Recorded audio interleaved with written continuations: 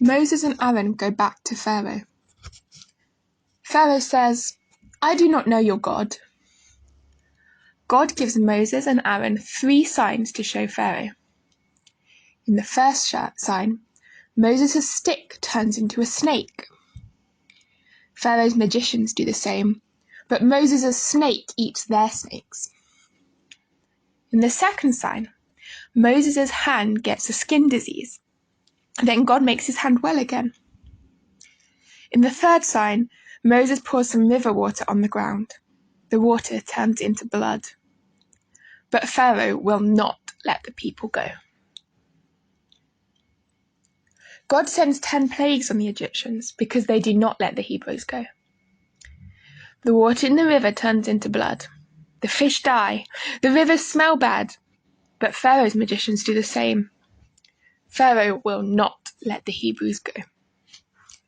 God sends lots of frogs.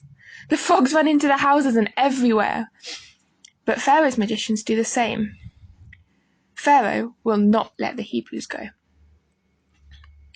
God sends hundreds of gnats. Pharaoh's magicians cannot do that. They say, "This is God's work." But Pharaoh will not let the Hebrews go. God sends lots of flies. There are no flies where the Hebrews live. But Pharaoh will not let the Hebrews go. God makes all the sheep and cows die. But the Hebrew sheep and cows live. But Pharaoh will not let the Hebrews go. God sends lots of boils. But the Hebrews have no boils. But Pharaoh will not let the Hebrews go.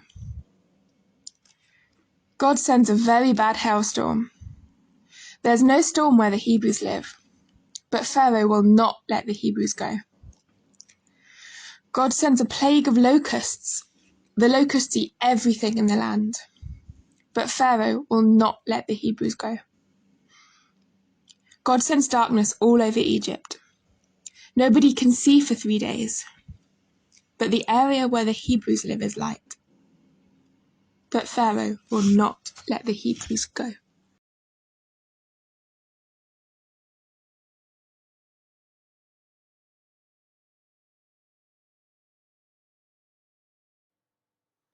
Questions. Does Pharaoh know God?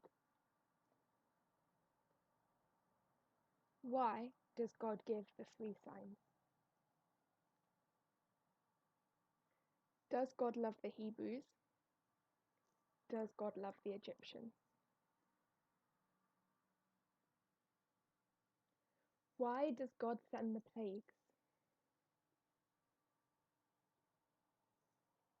Who is stronger, God or Pharaoh's magicians? Do you think it is a good idea to go to a magician for help? What power do they have?